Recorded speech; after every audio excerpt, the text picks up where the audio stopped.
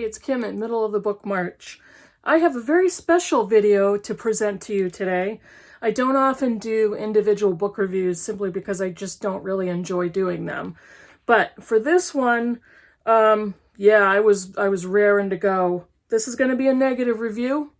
If you are sensitive to any discussion of sexuality, women's body parts, misogynistic language, me swearing and getting angry, or bad book reviews, then don't watch my video. Don't give me a thumbs down. I'll get one anyway. Don't comment negatively because I just want you to know, just don't watch the video.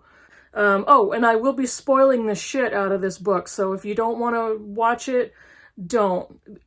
This is one of maybe 2 times I will warn you, there will be spoilers everywhere. This, very obviously because of the title of the video, is a review of Birdsong by Sebastian Faulks. Birdsong was published, this is obviously a backlist book, published in 1993. I say obviously because it's been out there for a while. Everybody kind of has referenced it, seen this somewhere. Buddy read this with Freddie from Sluggish Reader, and we both finished it. He liked it a little bit more than me, but I think we kind of agreed on some of the same issues. I just tended to get a little more fiery about it and feisty.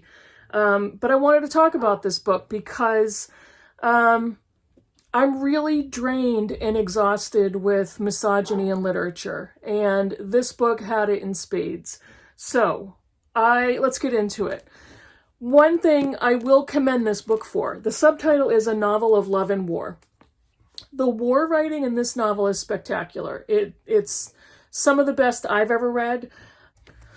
The war writing is exceptional, like I said. The rest of it is a steaming pile of crap because it is talking about love. There's supposedly a love story in here, supposedly some romance. There is an entire secondary storyline with a modern character, not set in World War I, set in the 70s. Completely ludicrous reason. I still don't understand why that storyline had to be in here. It was unnecessary and superfluous and kind of stupid. So let me get started. I have a bunch of tabs. All of these tabs in this book are the only reason the tabs are there is because of passages that contain misogynistic description or language, and other themes or description where women look stupid. So I'm gonna try not to take too long, but I don't know, with the amount of rambling I could do, I don't know. Let's just see how this goes. Now, when you initially pick up a book that says a novel of love and war, you're expecting a novel of love to mean pretty much kind of a romantic relationship. And there's a woman's face on the front cover, you know, with the backdrop of, you know, the soldiers down here. So you're kind of thinking this is going to have a romance included. The very beginning of the book, barely, you know, I don't even remember how few pages. This is on, my first tab happened on page 21. The basic premise is 21-year-old Stephen Raceford was sent by his employer to stay with a French family, the Azers, to learn the manufacturing business, fabric manufacturing. And he stays with this factory owner / manager, Mr. Azer, and his 28-year-old young wife, Isabel. And within the first 20 pages or so, Stephen falls madly in love with Isabel. There's an 8-year age gap. She's married to his host, has 2 stepchildren, and this apparently is love. And on page 21, Stephen is noticing Isabel, and he's noticing physical attributes. And this says, in his notebook, the code word Stephen used when describing a certain aspect of Madame Azer and of his confused feeling towards her was pulse. It seemed to him to be sufficiently cryptic, yet also to suggest something of his suspicion that she was animated by a different kind of rhythm from that which beat in her husband's blood. He notices her physical attributes immediately. She's a very pretty woman. She's young, and so Stephen gets hot. And then down in the same page, he's watching her drink something out of a glass. And this says, on one occasion, Stephen had noticed some tiny adhesion caused the membrane of her lower lip to linger for a fraction of a second as she pulled the glass away to return it to its place, but still the surface of it had remained clear and shining. Okay, I mean, that's not too insulting, but it sets the tone for the story because Stephen is all over her looks and her beauty and the steaminess that he's feeling. The book goes on, and this is described Stephen as being in love with Isabel.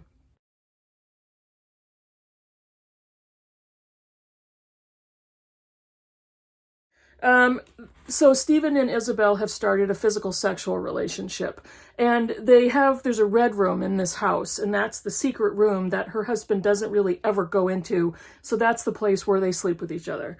This particular scene is happening in like the sitting room or the drawing room. This is set in World War I. So it's right before World War I. So it's in the sitting room or the drawing room or something.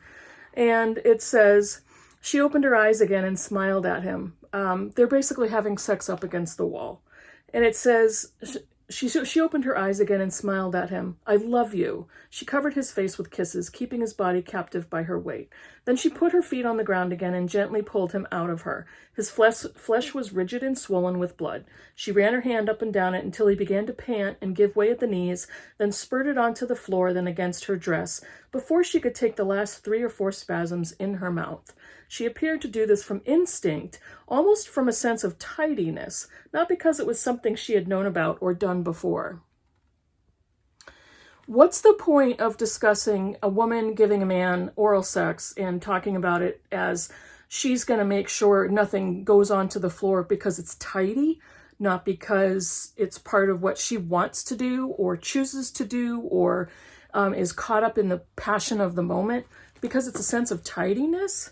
And I don't even know. I don't even know what to think about that. And so those types of passages are coming one right after the other. Then Isabel starts to reveal to Stephen what her relationship with her husband really is. Her husband is predatory and abusive, and he physically assaults her repeatedly. And Stephen actually overhears an assault happening in their bedroom, and that's when he starts to realize their marriage is not good.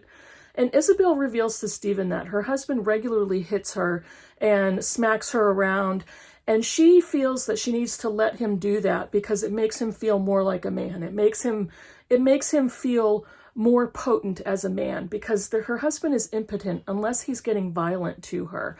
And she submits to it because she feels it's her duty as a wife to submit to being physically assaulted in order to make her husband feel more like a man. That I was disgusted by. I'm really saying, why is this author writing women this way? Another scene after that one in the drawing room, they're having a moment and they're trying to pull apart from each other, and he's of course all worked up, and she's allowing her conscience to kind of try to direct her brain into the right thing to do. And it says, he kissed her again and her mouth once more responded to his. He tasted the sweetness of her saliva, then buried his face against her shoulder where the flesh was visible. She pulled away from him and ran from the room. Stephen went to the window and held on to the frame as he looked out. The force that drove through him could not be stopped. The part of his mind that remained calm accepted this. If the necessity could not be denied, then the question was only whether it could be achieved with her consent. So if he can't get what he wants by her consent, he's going to rape her, and this is a woman that he's falling in love with? Stephen Fox, this is bullshit. Further on in the chapter or so after the scene, the whole family goes on a picnic. And Lizette is the teenage stepdaughter of Isabel. She's 16 or 17 years old. I think she's 17. So they go on this picnic, and Stephen is sitting up against a tree. And Lizette comes up to him privately and reveals that she likes him, has a crush on him. She would like him to fall for her. She knows that he and her stepmother are having an affair. She's threatening to reveal their secret. She's like, why do you want her? She's so much older. Why not take me? So instead of pushing her away, instead of calmly diffusing the situation, he goes up to her and pushes her against a tree and physically assaults her by putting his hand up her skirt and grabbing her, and then sending her on her way after basically telling her, see, that's what men do. And this is a teenage girl. This is Isabel's stepdaughter. And after that scene, he and Isabel are together sexually, and he's on top of Isabel thinking of the teenage stepdaughter, Lizette. So eventually, Stephen and Isabel run away together. Here's a spoil. That's part of a spoiler. So again, all kinds of sexual description and swearing and spoilers in this video. So here's a spoiler. Stephen and Isabel run away together. She leaves her husband. She gets pregnant and she deserts Stephen. He doesn't know what happens to her. So he finally ends up moving to Paris and he gets a job as a clerk. And the next door neighbor is an 18-year-old girl named Matilda. Her father worked in a lawyer's office. He's the one that finds Stephen a job as a clerk. So this is the description of Matilda. Matilda had strong teeth and brown hair, which she wore pulled back with a ribbon. Her large eyes had an earnest expression that frequently gave way to laughter. She took Stephen for walks along the river, and he showed her the places he had visited when he had first been sent to Paris by his company. Matilda's friendship was uncomplicated and undemanding, with no element of passion or competition. It was easy to make her laugh, and Stephen found that when she was there to tease it out of him, he, too, was able to be frivolous. Still, he missed Isabel. For all Matilda's qualities, she seemed no more really than a pale version of what womanhood could achieve. Stephen viewed all women in this way. He felt sorry for men who were married to creatures who were so obviously inferior. Even the men who were happy and proud of the imagined beauty of their wives had, in his eyes, made a desperate compromise. He even pitied the women themselves. Their vanity, their looks, their lives were poor things in his eyes, so far short of what could exist. When you're writing a character in a book, and, if you're the author and that character's personality kind of takes over and propels you forward mentally and emotionally, is it all necessary to write that bullshit in the book? And when you're writing a novel, any author can write whatever the hell they want in a novel. But if you're this type of author and you're going to describe women that way and degrade them down to their physical attributes or lack of attributes and talk about how sympathetic you are to a poor guy who's married to a plain woman, or the woman herself who is too plain and is what men settle for. It's just the misogyny is so strong in this one. So I was just reading the book, tabbing and being speechless. So now he's a soldier in World War I, and they're fighting in France. And his best friend, his closest friend in their platoon, I guess that's what you would call it, is Michael Weir. And it says here, Weir looked suspiciously at Stephen but said nothing. He guessed what Stephen was planning. He had heard from men returning from rest that there was a farmhouse on the other side of the village where a light shone in the window all night. A woman and her daughter, it was said, would work through a whole platoon. Is this not every man's porn fantasy? Okay, this particular passage is especially offensive, so again, if you're not interested, leave the room, fast forward, don't watch the video. So Stephen and Michael Weir have gone to this so-called brothel, or this random house with a window lit up for the mother and daughter team. And Stephen is in the room with the two women. It is, in fact, two women. Whether they are mother and daughter, we don't really know that, or whether they're just claiming to be that. But the paragraph says, this was the so-called mother. She was older than Stephen had thought. In the candlelight, he could see her more clearly than in the parlor. She sat on the bed and pulled up her skirt to her waist, then lay back and spread her legs. Stephen had never seen someone of that age naked. She put her hand into a bowl of disinfectant, then ran her fingers through the gash between her legs, through the coarse hair and the scarlet flesh that parted at her familiar touch. When you describe a woman's vagina as a gash, it's such a repulsive and insulting way to describe a woman's body. It's such an offensive way for a man to look at a normal physical attribute of a woman. And it's so psychologically Freudian that it's almost exposing this author's views on women's sexuality and what women's bodies do and how they work. And how could you look at a woman's body in those terms? It's just repulsive to me. Towards the end of this chapter, it says, then his mind emptied. There was only this physical mass. He was losing control.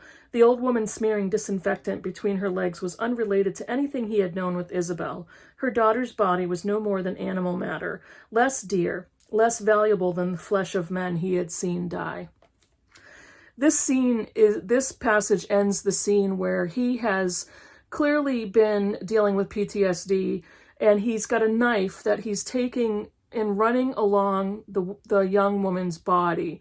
She's completely naked, and he's holding the knife by the blade, and he's running the end of the knife along her body in all of its crevices, and he's not trying to cut her, but in his internal monologue, he realizes he could very easily flip the knife and just slash her from chin to gut. And to him, she's basically just meat. Another spoiler is that Isabel has an older sister, Jean. And in their childhood, Jean was the one that basically raised Isabel. Isabel was the youngest, and at that point, she was kind of neglected as a multiple child family. And so Jean, her older sister, was her closest confidant. And Jean and Stephen actually meet, and they form a friendship. And this is, shortly at the end of the war and starting towards after the end of the war, they develop a relationship, and Jean ends up becoming for Stephen the only person he has contact with. And he inevitably compares Jean to Isabel. So he's comparing the older sister to the younger sister who he believes he had loved, but who actually he just physically lusted after. And this is how he's describing Jean. What was this woman like? What would she want him to say? He imagined her dark brown eyes beneath their arched brows. They were intelligent, sardonic eyes, and yet they had a quality of great gentleness and compassion. Okay, so far so good, right? Her nose was similar to Isabel's, but her mouth was wider, with a darker shade in the skin of the lips. Her chin was sharper, though quite small. The strength of her features, the darkness of her coloring, and the forbidding quality of her eyes gave her a faintly masculine appearance, yet the beauty of her pale skin, not expressive like Isabel's, but quite even in its ivory smoothness over her face and neck, spoke of extraordinary delicacy. All right. Here, let's compare her to Isabel. She's a little darker, a little masculine, a little plainer, mouth a little wider, chin a little smaller. He doesn't know how to approach her. He doesn't know how to interact with her. He can't interact with her the same way he did with Isabel. Why? Because she's a stronger person, and she actually has a brain, and she's a lot more gentle and refined than her younger sister Isabel. And for a man like Stephen, he doesn't know what to do with that, because Isabel was 8 years older than him. Jean is even older than that. He doesn't know how to process and interact with an older woman, or not even just chronologically older, more mature, more independent, more sure of herself. He's clueless. All right, the secondary plot line is set in the 70s. The illegitimate baby girl that Isabel gave birth to, Stephen's, as they called it, illegitimate daughter, he didn't realize that Isabel had a baby. She'd abandoned him before her pregnancy was obvious. So she has this baby girl. This little girl is a girl that Jean ends up taking because Isabel gets injured in a bombing, and then she eventually succumbs to an illness and she dies. So the daughter goes to be with Jean. The daughter becomes the mother of Elizabeth, who is the main character in the 70s plotline. So it's 1978, I think, 1979. Elizabeth is described as an independent, single businesswoman, has a career, enjoys a single life, but she's having an affair with a married man who does a lot of traveling for his work, and she is in love with this married boyfriend. And here's this passage. As she went back to her desk, Robert rang. She jumped. Robert's the married man. His voice made her happy. It was better to have some sort of happiness than none, though, wasn't it? She had pushed him, pulled him, and tried to change his mind. She had analyzed her own feelings and guessed at his. She had done everything she could to make him leave his wife, but nothing had changed. She had resigned herself to not thinking about the future. The grim conversations and the tearful partings would come back soon enough. A single, confident, independent woman does not beg and plead and do everything she can to make a man leave his wife. In this type of a novel, again, my question is, what's the point of this description? What does this add to the story? What constructive thing does this add to the narrative that either ties some things together or shows us a character growth or shows us the character and the personality of the person? And how does that add to the story? It doesn't. There's nothing about the situation that adds any value to the storyline. All right, towards the end of the novel, Elizabeth has become pregnant by her married boyfriend, Robert. So, she grows more and more pregnant. This is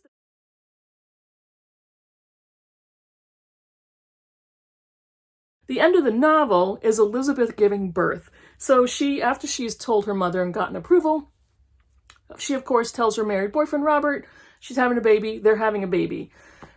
He's excited, he's happy, he's nervous, he's scared, he's already got a wife and kids, he's got a couple of daughters. He's hoping that Elizabeth will give birth to his son. So eventually, once she gets further in her pregnancy, where she's almost ready to give birth, Robert is with her. He tells his wife that he's off on some business conference trip, extended stay. So he's with Elizabeth, with her getting ready to give birth to this baby. So she goes into labor and she's having contractions, and yet she's like, yeah, I'm fine. And she waits like a day. And eventually she realizes she's waited so long that it's too late to get to the hospital. So she's giving birth in the house that they're in. And they've called a doctor and they're waiting for medical help. But Elizabeth is in active labor in the living room. And here's one of the scenes. Another huge spasm ran through her, and Robert saw the flesh divide between her legs. Blood spurted downward, and he saw in the lamplight of the living room the top of a gray skull begin to pulse and push at the unlocking entrance to her body. So first we've described the vagina as a gash. Now it's the entrance to her body, but the baby's coming out of it. It's the entrance for what? It's the entrance for the man's dick. So in order for this author to describe women sexually, he's taking apart their bodies and naming their body parts. A gash, an entrance, your body is for men. I was pissed off reading this book. Now let's get a little bit further. This is like the last 2 pages. And further on the next paragraph, then Elizabeth opened her eyes and he saw them fill with a determination he had never seen in any human face before. She threw back her head and he could see the sinews of her neck rise up like bones. Her wild eyes reminded him of a horse that has finally scented home and clamps his teeth onto the metal bit. No power on earth could stop the combined force of muscle, instinct, and willpower as it drove to its appointed end. Women are horses now. Why not? So Robert leaves Elizabeth and the baby. The doctor has come. She's been, gotten cleaned up and recovering and all that. So he goes outside to take a walk up the hill, and he's so beside himself with joy that he finally has a son. And he's walking around the hill and the sun is rising, and it's almost like the sunshine provides him with this epiphany of joy that he has a healthy baby boy. The end. As I said, Birdsong has a spectacular war narrative. if I could go back to 1993 and talk to Sebastian Fox, I would basically advise him, don't fucking dare to try to write a romance or love or any sex scene whatsoever. It was offensive, clumsy, disgusting, repressive, damaging in the description of women. The misogyny that bled through the narrative and the misogyny that was actually injected into the words that this author used to describe women, to describe any situation with women, whether it was a simple conversation or a scene in a whorehouse in World War I France, so offensive, so hateful, and I was simply disgusted by the majority of the book. This was a 500-something page book. Knock that down to 200 pages and make it a war novel, period.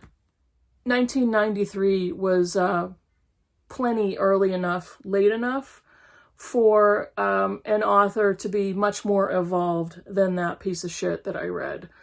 But by the time I was done, I was like, yeah, I read this piece of crap. So that's it for this reviewer. Take care. Write me a comment down below.